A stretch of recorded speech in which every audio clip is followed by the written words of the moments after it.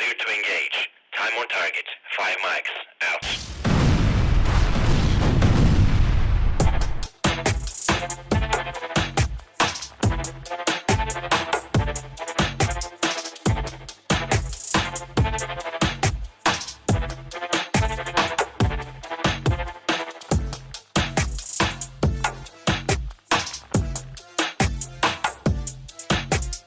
Reagan, we are recording. Thought we were supposed to be taking July off. I know it's my fault. I blame me. I I do too. texted Reagan the other day, probably yesterday, and I said, Reagan, we have the podcast. I have thoughts. And he says, well, I'm around. Not all the time. So we've been taking some much needed time off, but of course, politics doesn't end when you decide to take time off. No, it doesn't. Been lots of big, beautiful things happening. Big, big, beautiful things. Um, Well, happy 4th of July. So it's been, yes. it'll be, by the time we put this out, it'll be probably close to 2 weeks since we podcasted. So that'll be good. So we've seen a little bit of the dust settle, yeah? Yeah, I would say so. I think the dust has not no one's looking at the dust. Everybody left. Everybody's trying desperately not to be involved. But the problem with the way transportation was left is it was left unfinished, at least from the Democratic perspective. So they're going to keep coming back to that. And right now it's a big question, exchange of information. We have obviously now a lot more details.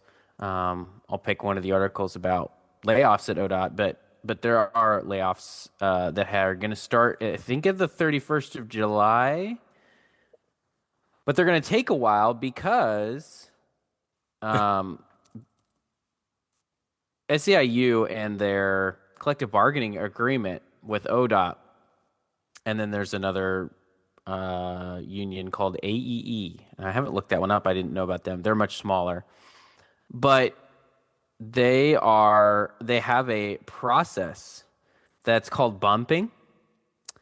And so if your job gets eliminated or you get laid off, this is from SEIU, quote, you have more seniority than someone else in a comparable position if you are laid off. You may be entitled to that person's job, subject to qualifications and other contract terms. So that's really exciting. So what's going to happen is there's going to be an initial list of positions that are eliminated, and then a bunch of people are going to figure out if they can bump somebody else if they don't want to already leave ODOT, and then those people will get noticed they're getting laid off, and then they can enter the bumping process to bump people that are less senior than them. It's not just like any job, though. I think you have to be qualified for the job. It has to be a similar office or region, or maybe remote to remote, right? You can't just take any job. There's some limits on this, but it's going to happen for a while.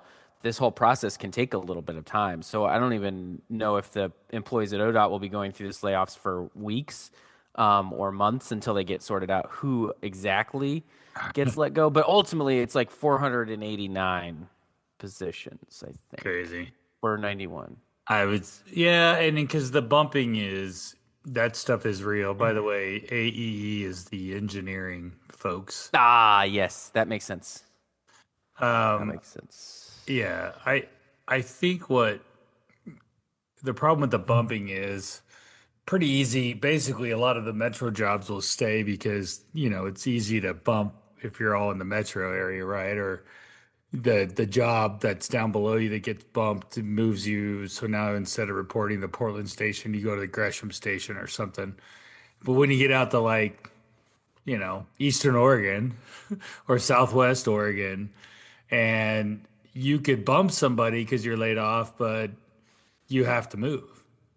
Well, I don't think they can move between offices. That's what I think. I think it's actually region specific. So if you're region 1, well, I guess the ODOT regions are bigger. Yeah, than think just about each region office. 5 is like, true.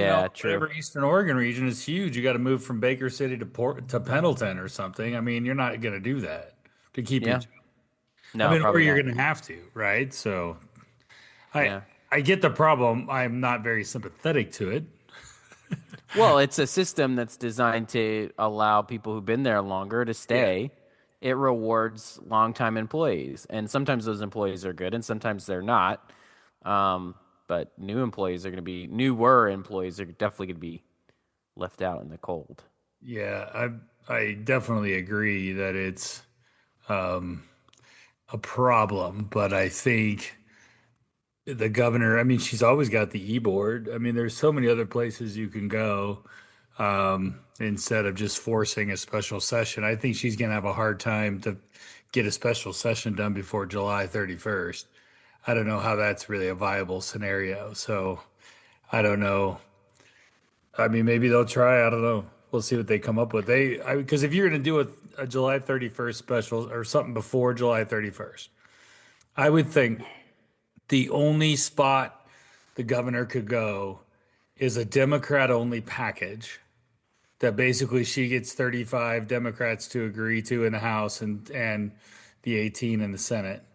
And they just come in, they have a package that basically, probably more than the 3 cents that she wanted to pass on the final day, but I would imagine a few other things tucked into there to basically make it a dim only package and just ramrod the thing through.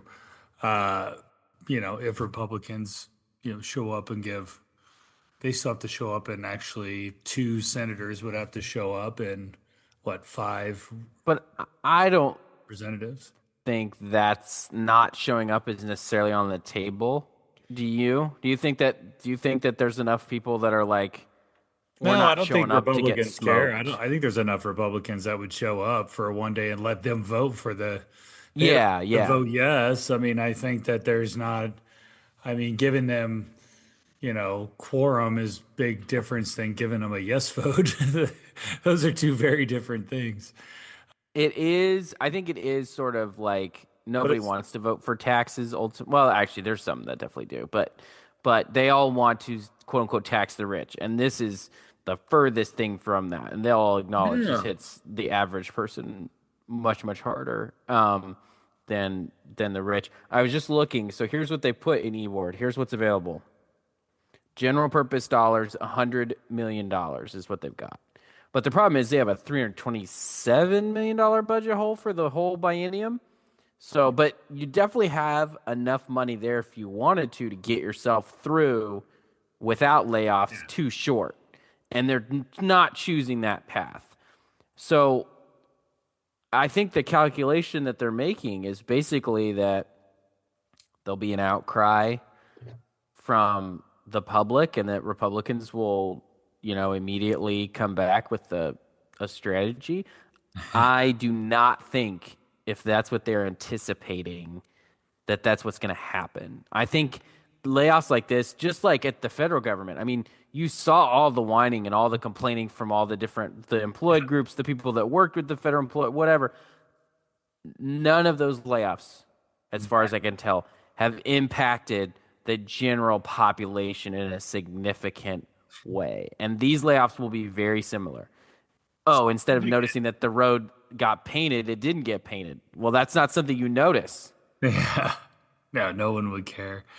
I think here's what they're doing.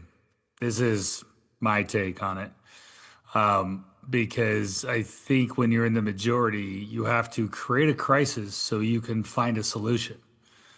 So the biggest thing that they have, so what they can't do is just so, oh, we got to lay off or not fill a bunch of open positions, and we got to tighten our belt around a bunch of other things. So we're going to do some layoffs of some people that basically they hold up shovels. So we're going to go ahead and let those people go. And then they go, well, crap, we can't really say that because who's going to want to fund that? Nobody wants to fund that. And so now that's a tough tax vote to make. So if you make it a crisis, if you blow it up into a level that's quote unquote a crisis, then the solution is clearly we have to show up and vote for this. So they've actually escalated their problem to downplay their solution, which is going to be taxing Oregonians more. That, I believe, politically is exactly what they're doing right here. And guess who's going to save Oregonians? Not the big, bad, ugly Republicans who won't vote for taxes, but us everyday Democrats that are here to solve your problems. And just like we made sure that you could get on the bus when nobody else rides the bus but you by yourself, and you could get on TriMet with the meth heads all by yourself, we're going to basically save the day as your Democrats because the Republicans are horrible people and they don't want they will let union employees starve, but we won't because we're good Democrats and we're going to solve this problem. So I think they're escalating the crisis so the solution doesn't seem that bad. I'd One of the interesting things too, and I think one of the things that Republicans may already be doing, but definitely should do, is looks like there's 57 positions in their equity office. I mean, presumably, and they're saying that all of these cuts are across areas, and that so presumably they've cut a few of those employees too. But politically, they can't cut the entire equity office. They would get absolutely wrecked Oh, you by can't. a lot of these nonprofits and by the BIPOC caucus and all that. But Republicans should say, well, at least 57 positions could have been protected by laying off the equity office. If you really care about the impact on the ground to people, filling a pothole in, in a, even if you just shifted and you said, okay, we're going to move some of this money from DEI, and then we're going to fill more potholes in higher percentage non-white neighborhoods, which I don't even know if they can legally do that, but let's just say they did. I mean, that still isn't that still doing the equity stuff they want to do, Yeah. except they're just not employing the people that are supposed to tell ODOT how to do equity. I mean, at the end of the day, that's, I think, sort of the real tension Hmm. that Republicans need to point out is it's like these equity positions are just an extra layer of probably unconstitutional HR. And what they should actually just be doing is focusing on delivering services. And you got to deliver services differently in urban versus rural settings. And you have different diversities in different kind of communities, both urban and rural, especially when you talk about, tribes for us, Yeah. in Oregon is really important. It's been a priority for Democrats, right? So anyway, find ways to do that better to take that talking point away, but they can't because the equity office is now like so important and they have to defend it to tooth and nail because they have to quote unquote stand up to Trump. And if they cut their equity office, they're going to be seen as capitulating to Trump. Same thing in education, same thing in other areas where you take in federal funds. So now you've got this group of people who don't have a significant positive contribution to ODOT, beyond HR related type activities and trainings, basically. And I mean, people don't pay attention during those trainings, regardless of the intention behind them. You're teaching people, here's how to use the new Outlook calendar. And then you know what IT gets emails for the next 2 years? How to use the new Outlook calendar. Like nobody pays attention to those things, oftentimes to their own detriment. But that's what people are. You tell them you have to do this, and people are like, I'm not doing that. I mean, that's just where we're at as a society. Ugh, dude, where are we as a society? That's a really good question. Well, I think, the one thing I read today, I think, is so the big beautiful bill that I alluded to. Apparently, there's some issues Yeah. with some of the Rose Quarter money in there and the I-5. Uh-oh. Yeah, so it turns out if you're a state that likes illegal immigrants, maybe, or you have, like you just talked about, horrible DEI policies and stuff. Maybe the Trump administration's not really gonna help make sure they fund your roads. So that adds a little wrinkle into all of this stuff as well, right? I mean, this because you think if they were to put together a dim only package, of course it'd have to include the Rose Quarter, um, because that's in Portland. So I'm wondering how that will factor in, and maybe the less of the federal dollars heading in because that actually affects I don't even know how much money they're getting for maintenance out of federal dollars. Have you seen any of that? Like, how much do we even get? I am sure there is a chart around somewhere that shares that. The real trick is always just actually finding that information. So, Yeah. I know there's a chart in the FAQ, and this is a public document the governor released at the bottom of her press release. So, but this is House Bill 2017 transportation funding. So, I have to pull up their budget report. So I'll do that. But I will put this link in there. Or did you already put it in our show notes on the one big beautiful bill cut? Oh yeah, you did. You've got it. Um, so $450 million grant gone in the Yeah. one big beautiful bill. And I mean, the one big beautiful bill spends money on some stuff. So, they were going to go look for dollars somewhere. And this is also, I think, somewhat relevant because Tom Homan said he's going to be visiting and pushing back on some of these sanctuary cities, including Portland. And he did not, and probably for, I would imagine, logistics and safety reasons, not publish when he's coming. But Republicans should be ready to welcome him. One, because they do the same for any other kind of, federal position that was coming to visit or any kind of from any administration. But of course, Democrats, I'm sure, will not meet with Tom Homan. But Republicans should be ready to, and should welcome him because guess what? This guy is directing law enforcement, federal law enforcement, as regards to immigration. And whether you like the laws or not, they're enforcing them. And when they do it supposedly unconstitutionally, the courts deal with it, right, and have been. But for the most part, it seems like a lot of the deportations have been deemed legal by the courts. So they're going to do them. And the enforcement is up over 200% in Oregon, it sounds like. And so, that's activity that's going to take place. And so Republicans should be willing to meet and talk and learn and understand and support the policies because they are the law of the land. And if Democrats want to repeal it when they take power, they can go knock themselves out. But they've really struggled on immigration, so I don't really think that they're going to. I think they're just going to say they hate them and do nothing about it.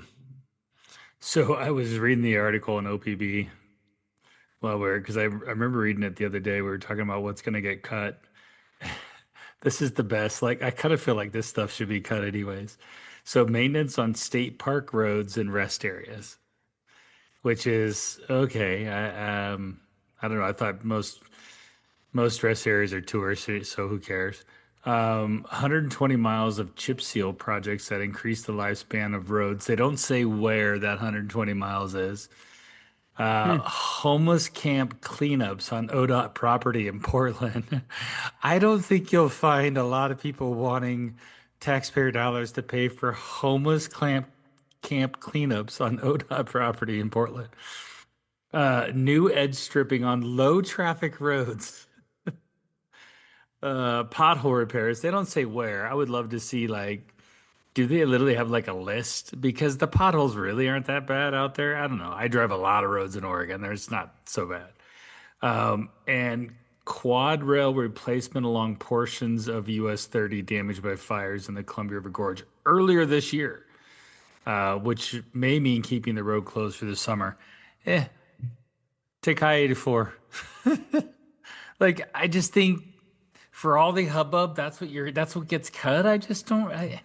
I'm not seeing the emergency. I'm still failing to see this crisis that they're trying to create. And And I think, like you said, primarily the crisis is employment of union yeah, members. totally. That's all it is. I don't know. I just think there's no reason except for the reason to ultimately have a transportation package of some kind that looks forward for the next 10 years. Yes, I think we need to get that done. I think Republicans need to show up, be part of that, help make ODOT streamline ODOT to make it a better agency. And if that's more gas taxes along with some other stuff, they can get into the details of that. But I think we need to be at that table instead of it being a Democrat only package because it's going to leave out the things that we care about. And it's also probably going to move more money to transit and other areas that, maybe we in rural Oregon don't necessarily see as vital to our everyday lives versus highways. So get at the table, figure it out, and we'll move on from there. But no need for a special session. We can do just fine till Well, and short I session. think if you do a special and you've got some broad agreement, you can do a quick one during legislative days. I would just because September of the after we just finished legislative days, there is going to be nothing good that gets presented in any of these committees. So No. cancel them all. Say you're welcome to come back in. I think it's November ledge days after that. Yeah. Do your November ledge days. We're going to use these 3 days for a special session after we get a broad consensus agreement. And it's going to have things in it that everybody doesn't like. The Republicans aren't going to like taxes and fees, but maybe we can hold those increases down from a Democrat only package.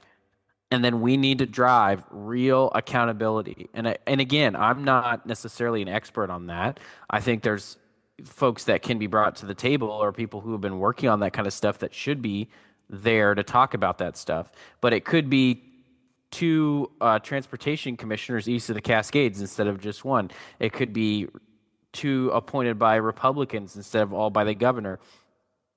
It could be required that certain ones, I don't think they have a certain requirement for this, but maybe I'm wrong, representing, a taxpayer that's much more in the like conservative or like fiscally responsible arena, and then a truckers, and then a unions, and then a whatever, right? Like do a more Yeah. distributed model on that front. There's lots that you can take a look at and do, but ODOT itself is going to resist a lot of that change. One, because it's going to mess them up, but that's intentional. It's because they're not a super functional agency. They want to preserve the status quo. So Democrats and Republicans have to come together and agree status quo is broken. We're going to disrupt it. And what I didn't see in 2025 was a significant disruption of the status quo. So that's a problem ultimately. Yep. I agree.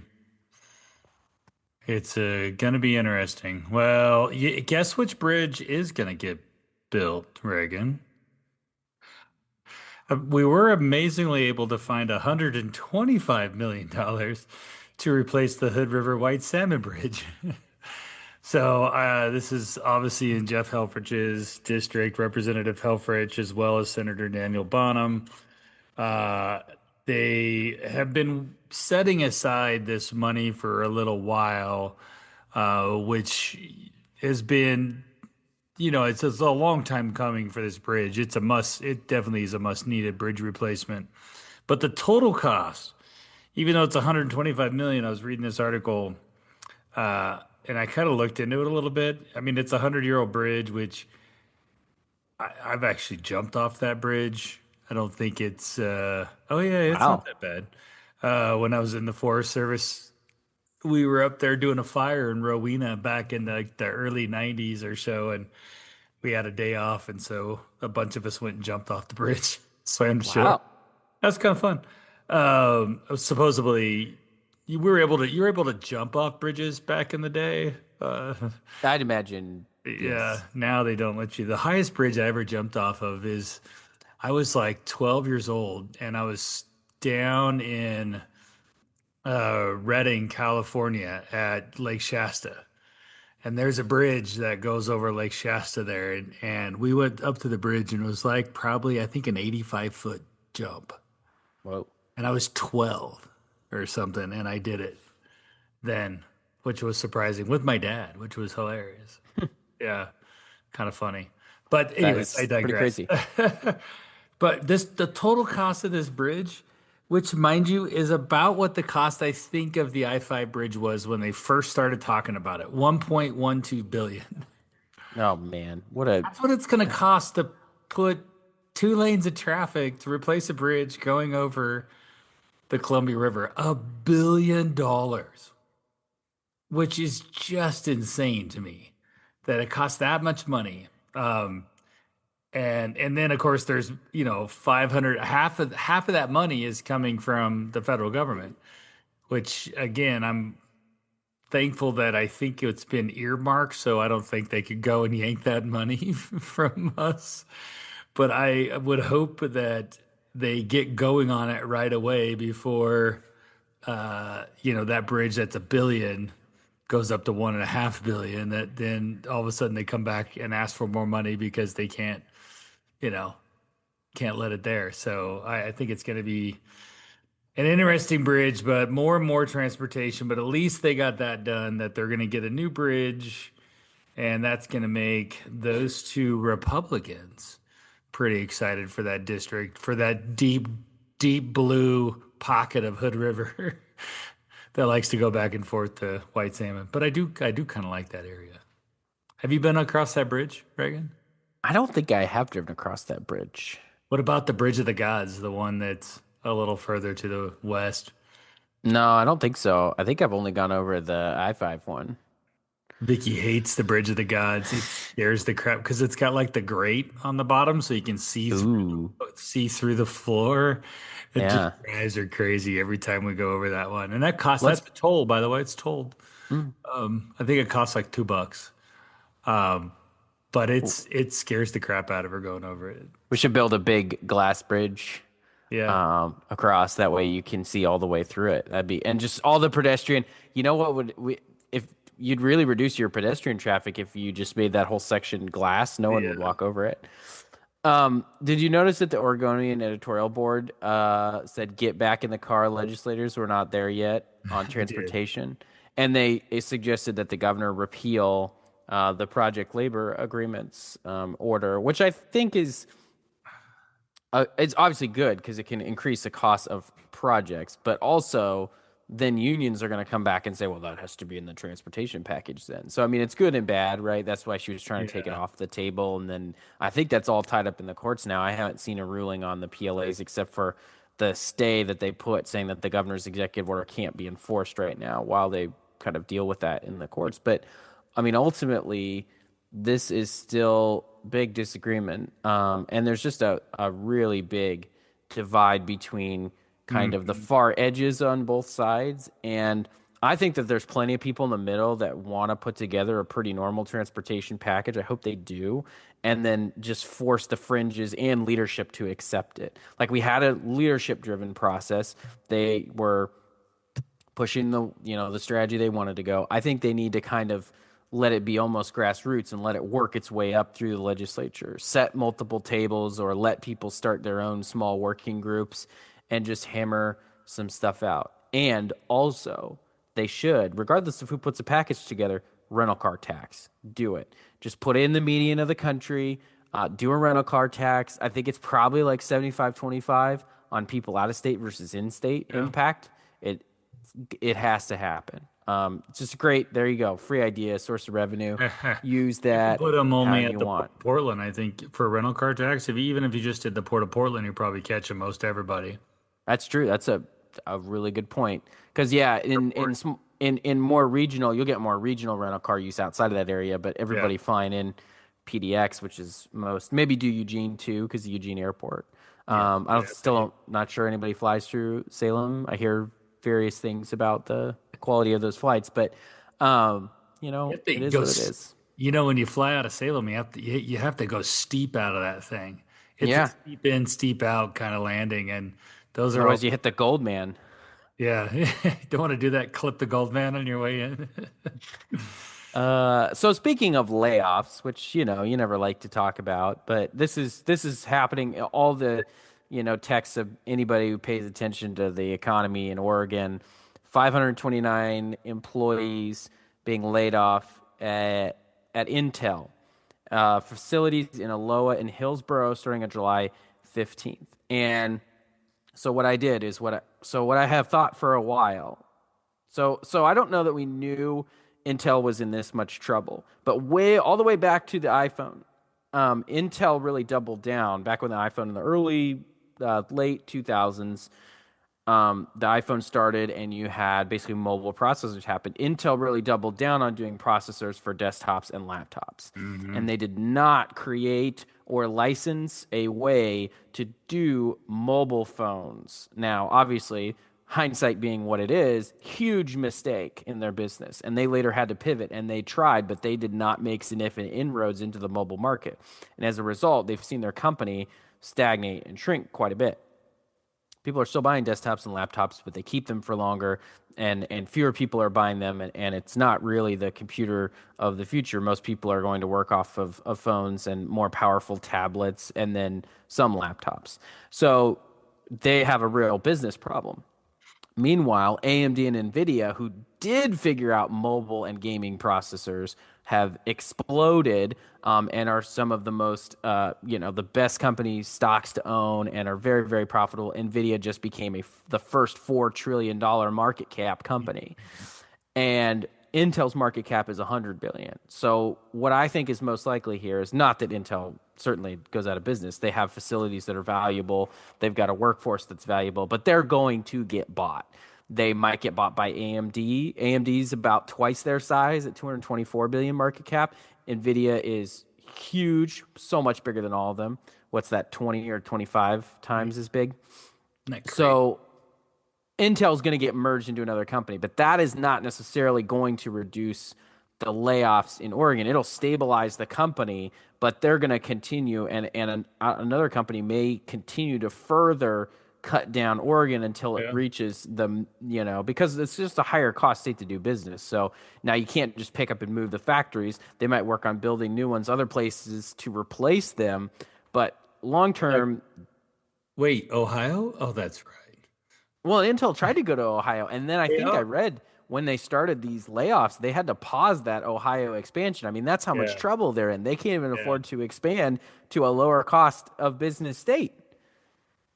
Yeah, Micron's another potential Taiwan semiconductor. I mean, I'm with you. I think that reading all the stuff on Intel, they said 20% global layoff forces. So that means there's at least another 500 jobs coming in Oregon, and that's, macroly, right, doesn't change the world in Oregon too much, but microly, they're in Hillsboro in that area. And also, Intel's kind of like them and Nike are like the last two bigger companies we got left, it seems like, and Intel was like this darling, and to see it kind of fall and the collapse of all the other companies that are just, leaving Oregon as, fast as they can possibly figure out how to get out of here.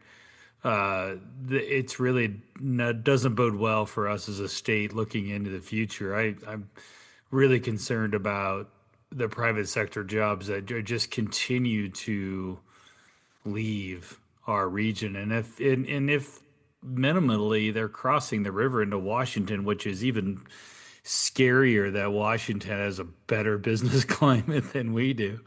That people will locate there instead of staying in Portland. But payroll taxes, all the things you got to pay if you're doing business in Multnomah County is insane. Or Nike is down in the last 5 years 25% on their stock price. So I mean, it's Nike. We're in such a different place from the 2011, 2012 special session for Nike and Intel. And their businesses are in such a different place too. But because we chose not to be a state where people want to start, move, and build their businesses, this is the result.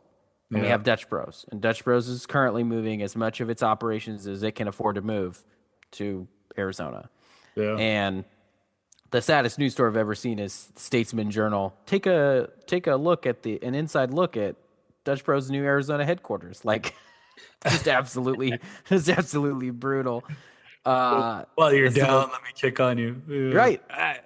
But it's just, and they have it looks like a really cool facility. So hey, next time I'm down in Arizona, I'm gonna go tour. Maybe I'll text should. Travis Boersma and find out when he's gonna be down there. We can go tour this new facility.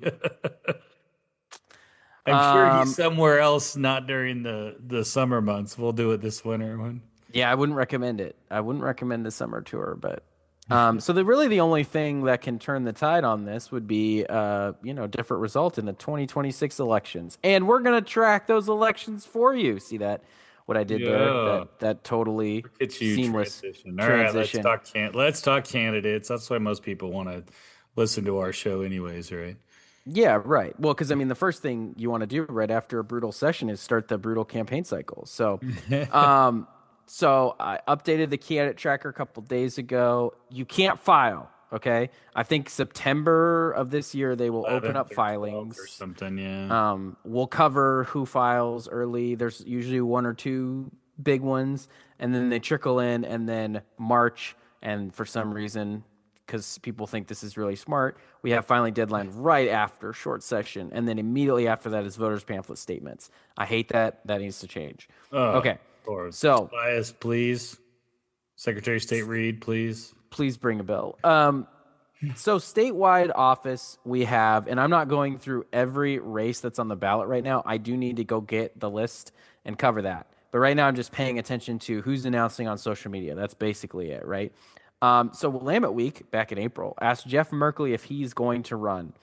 And he said on April 15th, his team said he will make a formal campaign announcement sometime this quarter.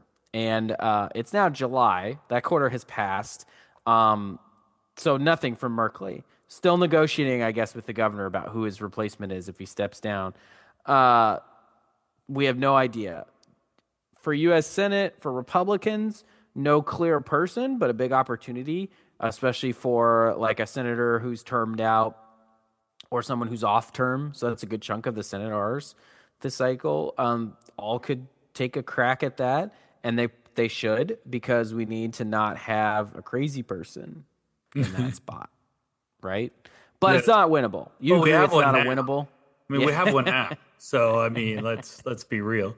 I think well, the weird part about U.S. Senate seat races is they're basically a governor's race, right? But you're talking about national and international issues. You're not talking about ODOT layoffs, right? You're Yeah. discussing, Trump. So I think in Oregon, talking about President Trump and the big beautiful bill and international order and all the things that are happening globally in Oregon is probably a tough thing to be discussing where Trump state, statewide, what did he get? 44% almost in the presidential election, 43%, something like that. So, I mean, you do have a pretty decent floor. The problem is like with most of Republicans statewide, our floor and our ceiling seem to be very close to each other. 40.97, Oh, so so it's a basically little less than I thought. 41%. Okay. Yeah, and So I'm not really sure what that base contributes to is that. 40, which isn't too bad, and you have to, No. depending on who the Democrats put up there. I mean, the reality is if you get these some of these wackadoodles, let's see, like Maxine Dexter, who went down to, flew out of the country to go find a criminal illegal and have him be brought back to America. And if she ascends through the Democrat primary and you just hammer illegal immigration and you hammer like how much that costs us as Americans and you hammer her on that part of it, maybe you could get. So the Wyden Joe Ray Perkins result, 55 to 41 or almost 56 to 41 is exactly like just a handful of votes off of the Trump Harris percentages. Yeah. So So, that's your bottom. You're running. You have 40% of the vote as a Republican. Nowhere to go but up. but also their ceiling is also 50. I mean, that's telling as well that their ceiling is also only 55, 56%. Right. So, there's the problem is it costs a ton of money for that 10% of the swing vote there in the middle, right? I mean, that's a really expensive proposition to get in front of that many people to talk about President Trump's agenda. Yes. That's where I just have the hard time is because you're going to have to make a case for President Trump's agenda in a midterm, and I don't know if that's going to bode well in Oregon. I think that's a hard climb there.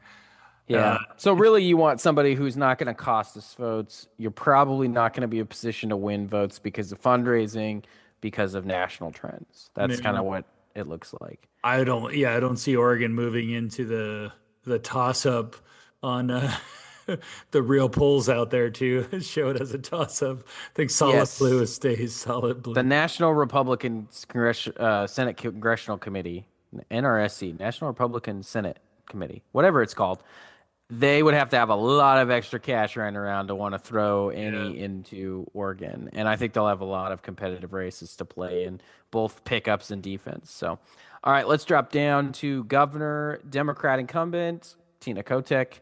I have expected to seek reelection. She hasn't announced it yet, but we're making some assumptions. If she didn't, that would instantly become a wild primary filled with many, many Democrat statewide office holders, legislators, county commissioners, city councilors, school board members. That would be a surprise if she didn't run. So nobody else serious looking at running anyway. Hmm. On the Republican side of the ledger, you've really got one candidate, Daniel Bethel, who is running. And then you have a guy named, a fighter named Chael Sonnen, who has said he's going to run for governor, but as far as I can tell, has not done any of the pack filing, website, social media stuff that you would do if you were actually going to run. So I'm taking him at his word at the moment, but I don't think he'll actually appear on the ballot if I had to guess. Hmm. Got a Twitter insane person, Kyle Dyke. He tweets some of the most crazy stuff you've ever seen. And then a guy named Robert Newman. Really, the big question, the only question on the Republican side of the ledger at this point is, do either of the current Republican leaders get in, right? Does a Daniel Bonham run for governor? Does a Christine Drazan run for governor? I don't know the status of those. They haven't done anything that's public. I'm not super close to them, so I don't know what their teams are thinking. They're Run all against each welcome other. to reach out. Yeah, be an interesting primary. But yeah, right now Bethel is there. She's got big check from Ferris, the Ferris Timber family, 25 grand. So she's kind of, off out there doing her thing. But it's definitely early. So she wants to get as much of a head start as she can get to prevent other folks from getting in this race. I think that the hard part about running for governor is kind of like what we talked about with the U.S. Senate race, but I think you got a governor who, I mean, since Governor Brown has been in office, the Democrat governor, insert name, whether it's Brown or Kotek, is the negatives have really hovered pretty near historic lows. The hardest part for, I think, Governor Kotek is trying to raise her negatives enough that it won't affect her with actual that 56% of that, statewide vote. Now, I don't know where that poll would be for the governor's race, but I bet the poll would be tighter versus the U.S. Senate race. I think, would you be willing to vote for a Republican for governor versus a Republican for U.S. Senate? I think that people nationally have always wanted to have kind of a split government, in D.C. And there's always been that check and balance thing. But somehow in Oregon, we don't tend to we want the Democrats to be in control of everything. But I would imagine that the governor's race would be closer. So I bet if it was polled, I bet you would find it to be 46, 47 to probably 41 with 6 to 12% undecided. That would be regardless of Republican candidate versus Tina Kotek. I'd almost be willing to bet I'm within. I bet my margin of error is within 3 points. Right. No, and I think these races have been incredibly reliable. I mean, I'm just gonna pull up the 20. What did we have last election was 2022 Oregon governor, Yeah. and you can just click through. My favorite thing to do is click through Wikipedia. So you have a 2 or 3 point gap between Drazen and Kotek. You've got a 50 to 44 with Bueller. You've got a 50-44 with Bud Pierce and Kate Brown. You've got a 50-44 Yeah. with Kitzhopper and Richardson. The only one that was different than that was Kitzhopper Dudley. Yeah. That was, you have a 50-43 with Kulangowski and Ron Saxon. You've got a 50-46 with Kulangowski and Mannix. This is all the way back to 2002. These numbers aren't even relevant. I mean, it's like the consistency with which this race is about a 5-point spread, and Yeah. the Democrat will hit about or just under 50% of the vote, and that's just how it's gone forever. And so what I think voters are going to want to hear is, what are you going to do different? And the answer is, I don't know. I don't know what the answer would be. I wouldn't be able to tell you what the answer is. I could. I think it's pretty clear cut to me that, and it's not the Drazen, well, if you want change, a new direction, and all because that one is kind of like, you can't just you can't point at the Democrats' failures, or you can't point at just, well, I wouldn't do that, or they're horrible. Don't, you want something different. You want to continue down this, because most people, they're just living their lives, right? They're not, especially that movable middle, whatever that movable middle is in a governor's race. Like, those people they ain't paying attention to shit, at all. So they're living their life. So the reality is their life is probably the same as what it was pre-COVID as it feels again now. You got Trump as president, Trump's president again. Deja vu. Democrats are railing against Trump, but the economy seems to be doing fine. Crime is kind of meh. It's not horrible like it was there for a couple of years. So it's kind of, like I'm just bumping along, right? So things aren't horribly bad. Gas prices maybe are a little tad high, but egg prices came down. I think I just think I'm looking for what's the wedge. Like, you have to find that wedge that pulls people over. And I think the only wedge that is there is a different future. Like, no Republican candidates that I've seen talk about the future of Oregon in a positive way. It's always like, we're going down this deep doom loop, Portland doom loop, blah, blah, blah, right? Like, I want optimism. You want that Ronald Reagan vibe. Yeah, like, I'm looking for somebody to come out and just I see a brighter Oregon. I see a future driven where agricultural is celebrated, and also conservation is celebrated, and the two can work together in harmony. They had forever until politics got involved. The number one conservationist out there is the farming community.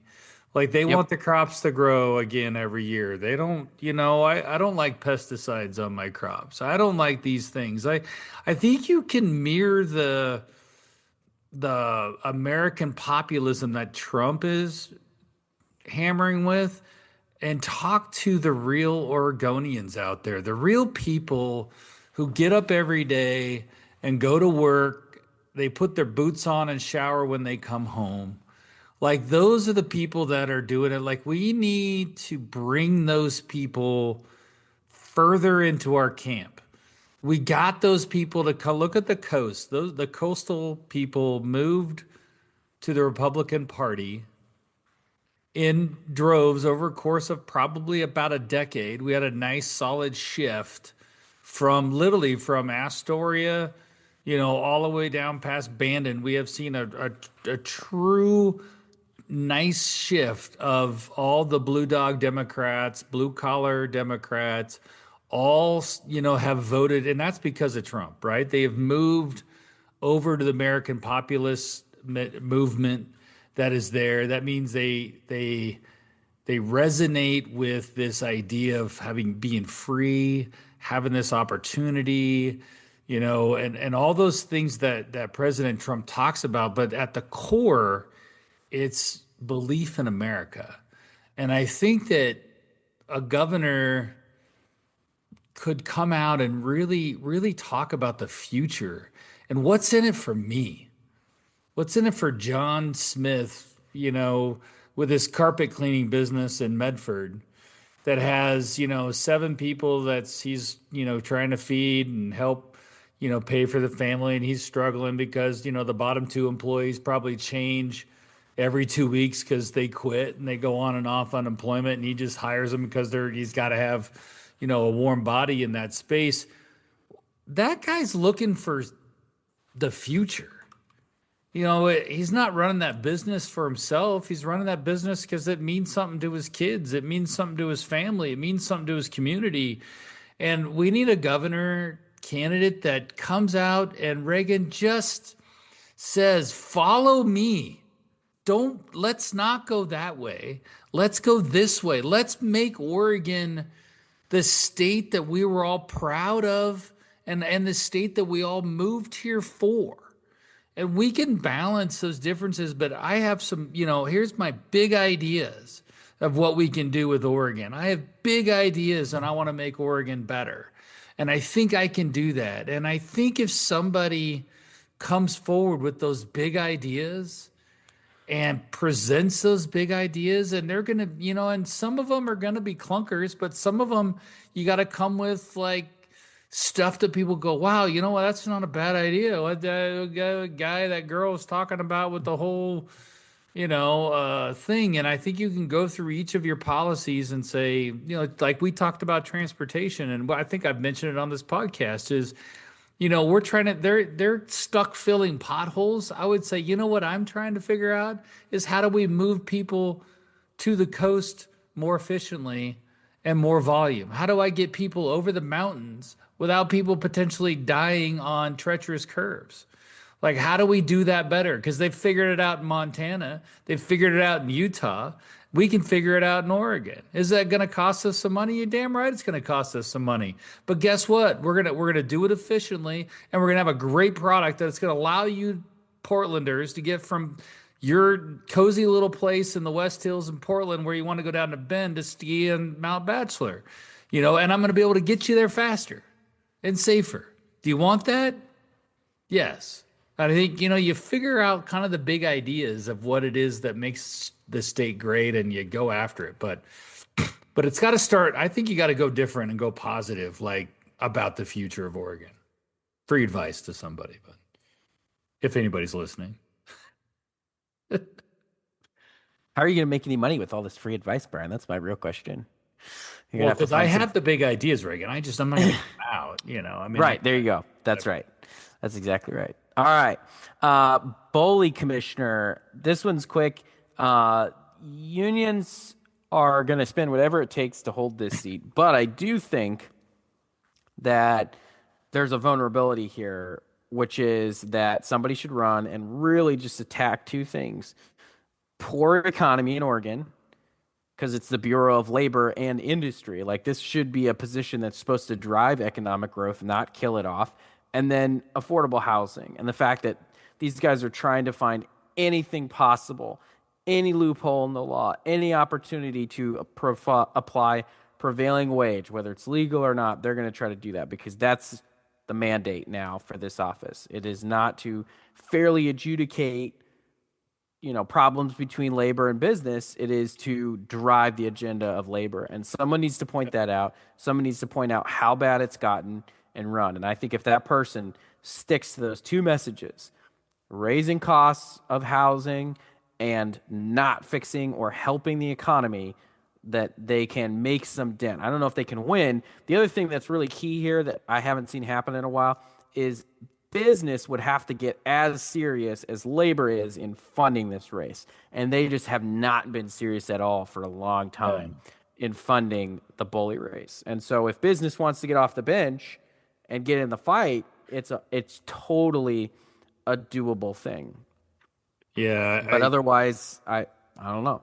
I could not agree with you more, Reagan. Here's my thoughts, and we can move on from Boley. But Commissioner Christina Stevenson is corrupt.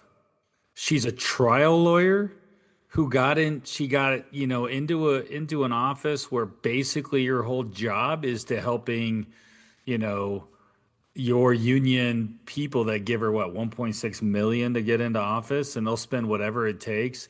But I would just go in hard and call her the trial lawyer, or she's a sham of a trial lawyer who, I don't know, we could call her a billboard seeking trial lawyer.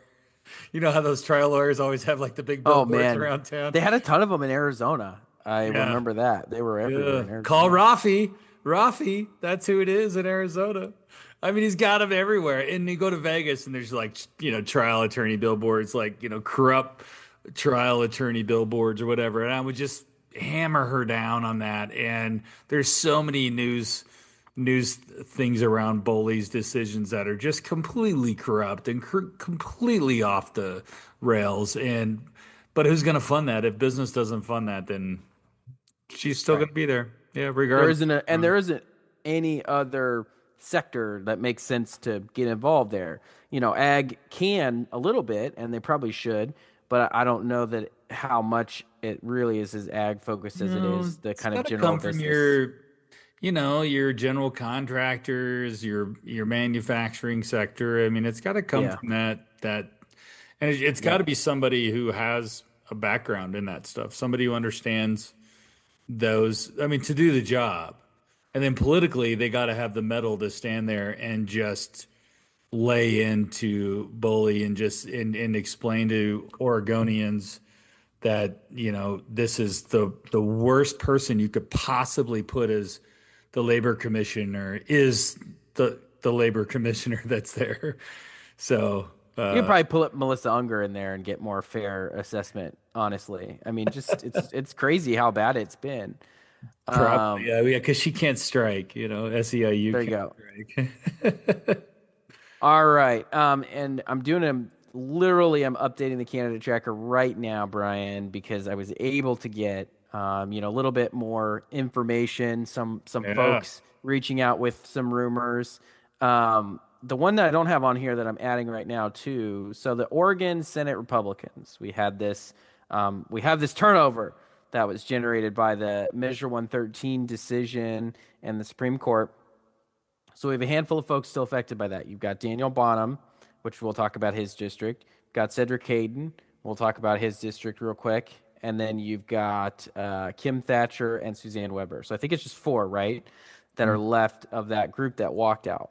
So Hayden, I have not heard anyone in particular put their name out there. The two most obvious potential candidates are, of course, his two representatives. So that's Jamie Kate and Darren Harbeck. So Jamie Kate has been in office since 2020. Is that Yep. right, Brian? Yeah. 2020.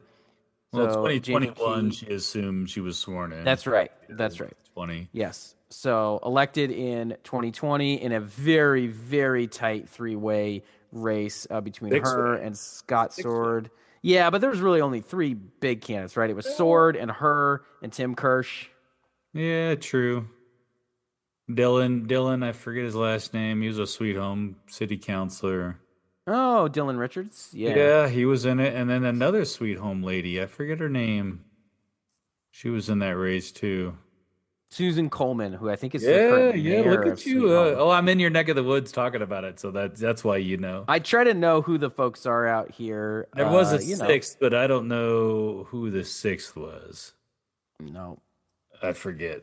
Yeah, I think it So was you somebody on the so other you've side. got Kate and Harbeck, who are like, when you have a Senate opening, the House Yep. members are like, I mean, this is what the Democrats do. You just saw a couple of Senate appointments take place, and they run the reps right in there, right? It's really just about who it is. So I think one of them is likely probably to take this seat. You're not going to have both of them say no. I just don't see a scenario where that makes sense.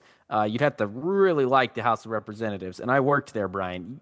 It's not that great. I mean, it's fine.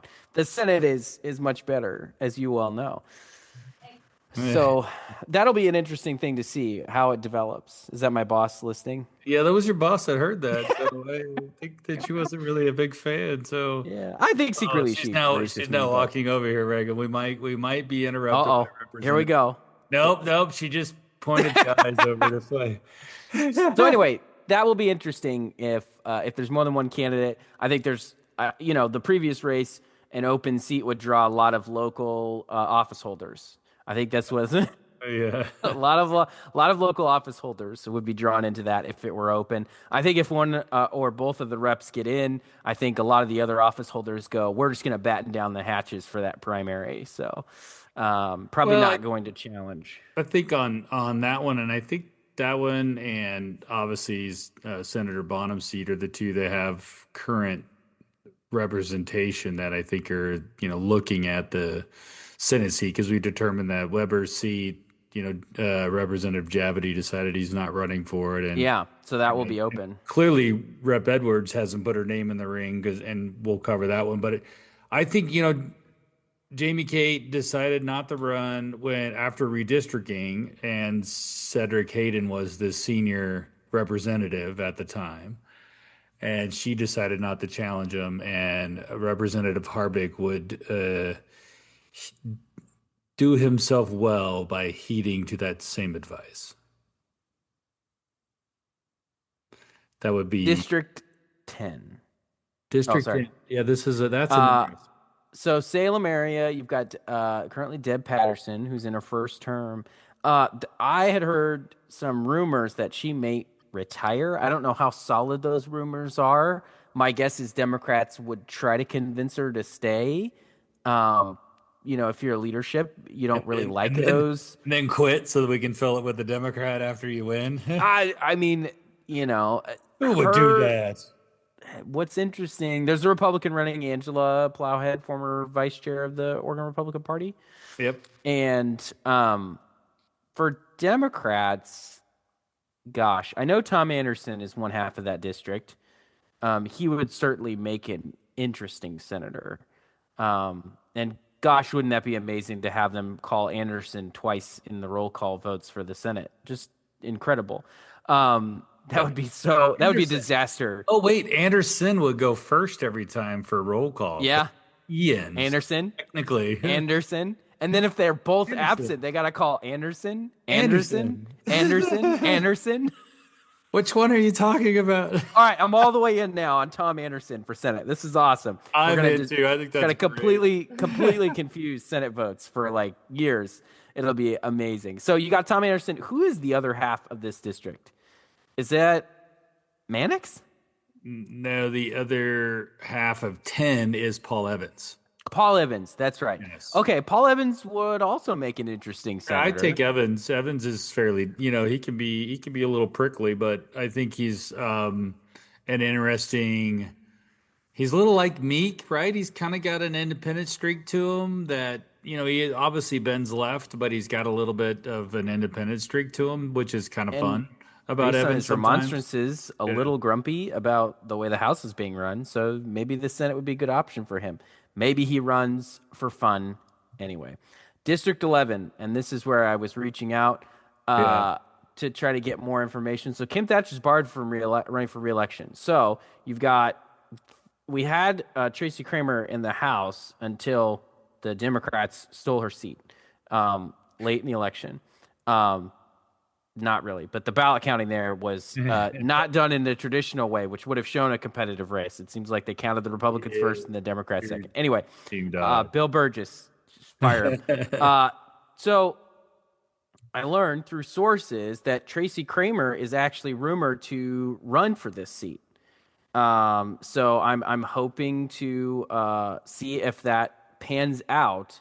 But that is the rumor that is floating around. Kevin Mannix, I think, is also obviously could run if he wanted to and throw his name in that seat. So, but that's two pretty well known or generally pretty well known Republicans to replace Thatcher. I would say you'd obviously say Kramer's more conservative than Mannix. Mannix to Thatcher is a pretty different. It's about as big as a swing as you can get in a seat without it changing party hands.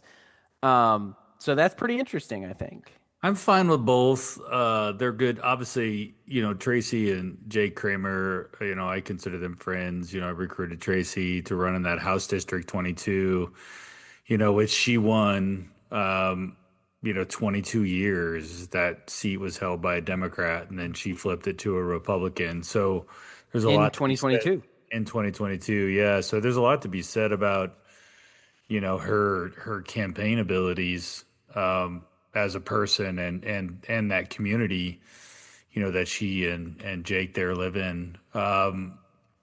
It's really changing. I think I'm not sure which one gets the edge. I mean, Mannix is a complete well-known commodity within the Marion County circles, Right. right? And Hmm. Tracy's clearly the new one, but um, I would tell her if I was talking to her to just, gauge her next political place pretty important because she can't afford another loss.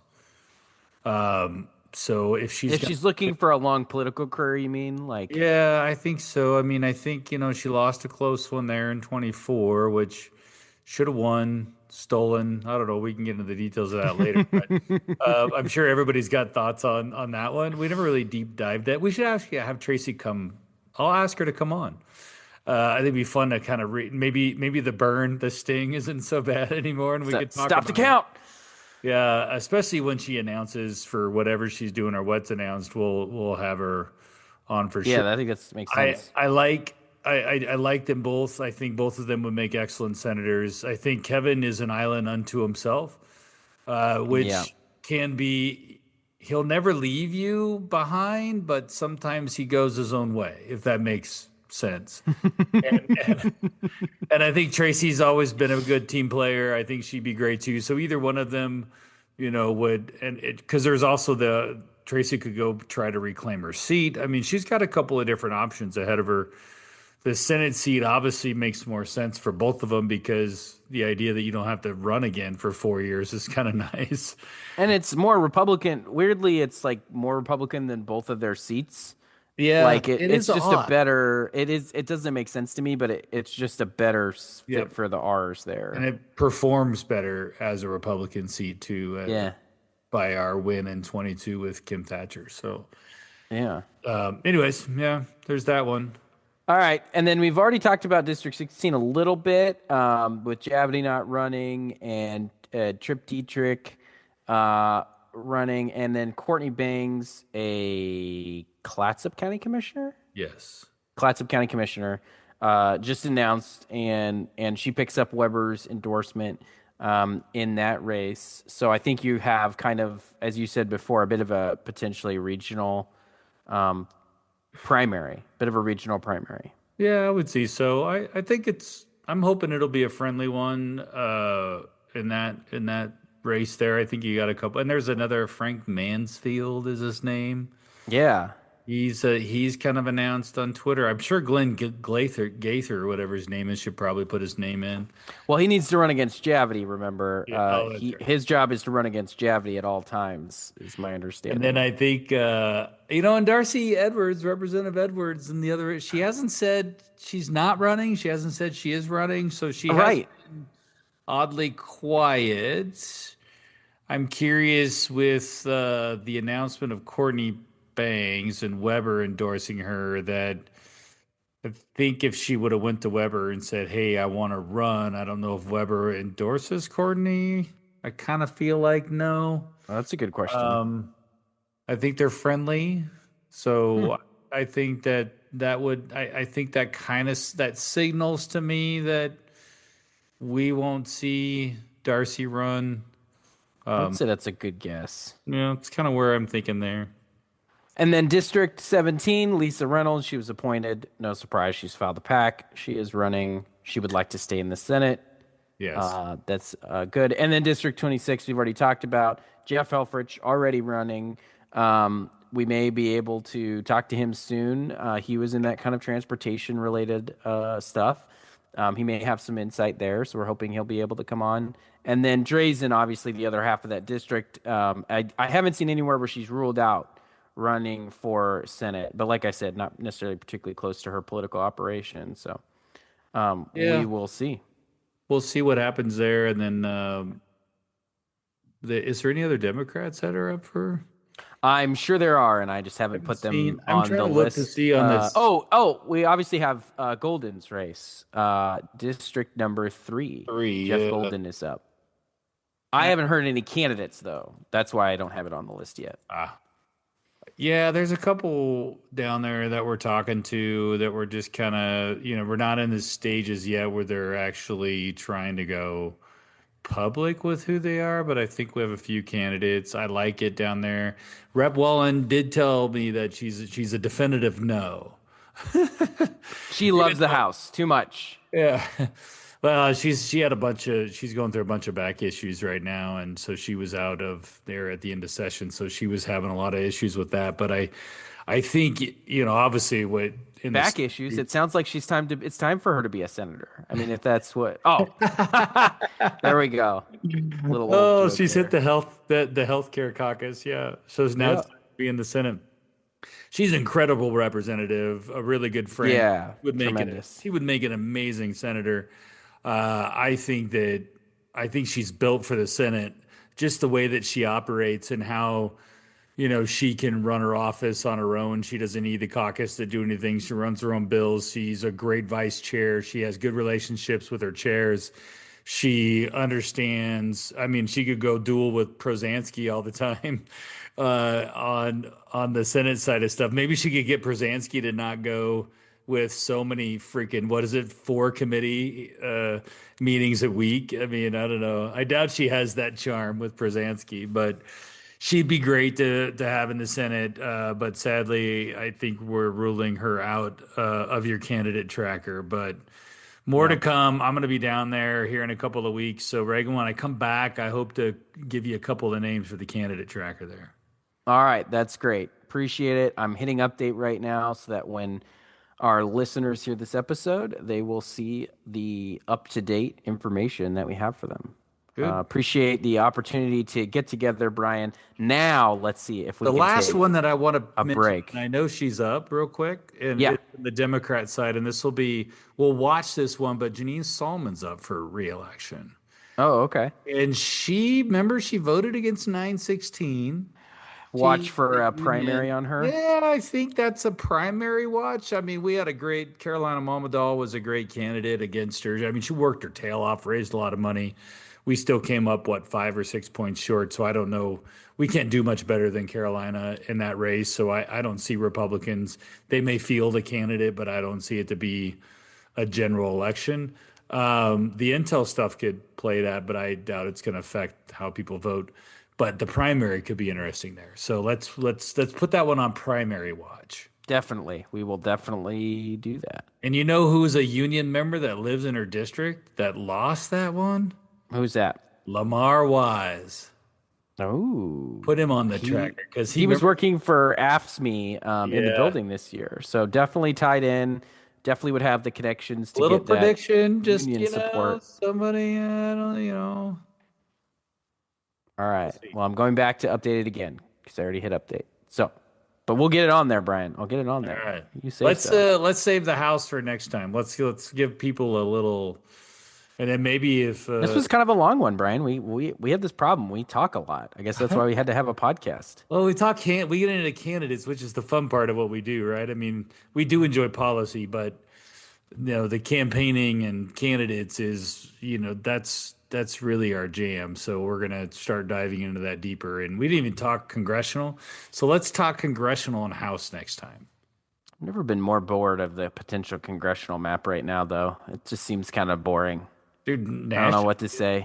Nationally, it sucks. Oh, man, it's really bad. Let's do that. We'll talk nationally and then go all the way. Then we'll talk about Oregon. But we'll give everybody, 13 seats that Donald Trump won that Republicans lost to a Democrat. So I'll kind of come in with that map and we can talk about where those seats are and kind of give people an idea. Sounds good. Thanks, Brian. All right. Go make it happen, Reagan. It's happening. It's happening right now. Walking down these marble halls today. Got a bill, I wanna make it sway. People talking left and right, but we're gonna do this thing tonight. Oh, yeah. Time to make a move. Can't afford to lose. Got the votes to prove what we're gonna do.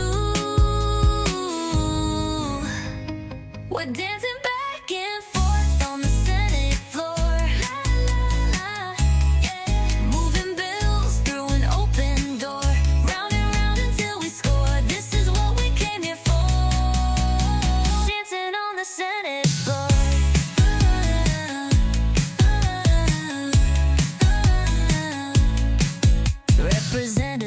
senators meet, trading words to find the perfect beat. Committee hearings all day long, till we finally sing the same song.